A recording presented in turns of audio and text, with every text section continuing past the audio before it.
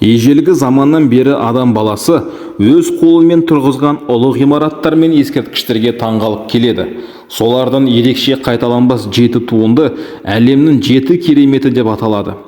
Бірінші керемет Египет пирамидалары. Ең әйгілісі Хеопс пирамидасы. Шамамен біздің заманымыздан бұрынғы 2560 жыл салынған. Биіктігі 147 метр. Пирамидалар перғауындардың мәңгілік мекені ретінде тұрғызылған. Екінші керемет аспалы саябақ. Ежелгі Вавилонда салынған таңғажайып құбылыс. Бұл ғажайыпты екінші Навуходоносор өзінің жұбайы үшін салдырғанмыз. Бақ бірнеше қабаттан тұрған. Әр қабатында түрлі ағаштар мен гүлдер өскен. Бұл саябақтың қалдығын қазіргі Ирак жерінен көруге болады. Үшінші керемет Эфестегі Артемида ғибадатханасы. Бұл ғимаратты аңшылықтың, табиғаттың, тазалықтың құдайы Артемиданың құрметіне салған.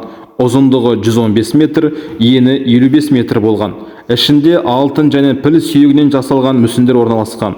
Өкінішке қарай, ол біздің заманымызға дейінгі 356 жылы өрттен жойылған.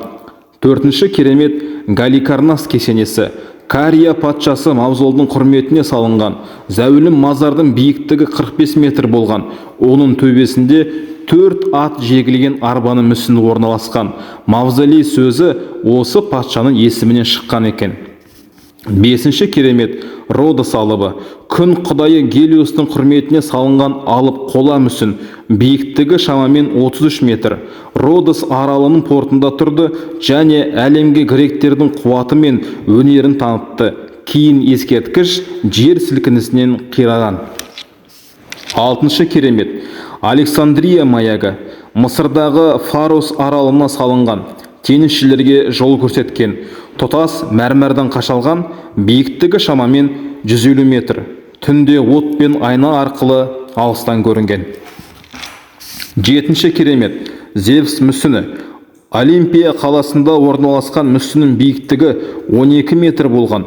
Ол алтын мен піл сүйегінен жасалған. Мүсінді атақты грек мүсіншісі шебер Фидий жасаған.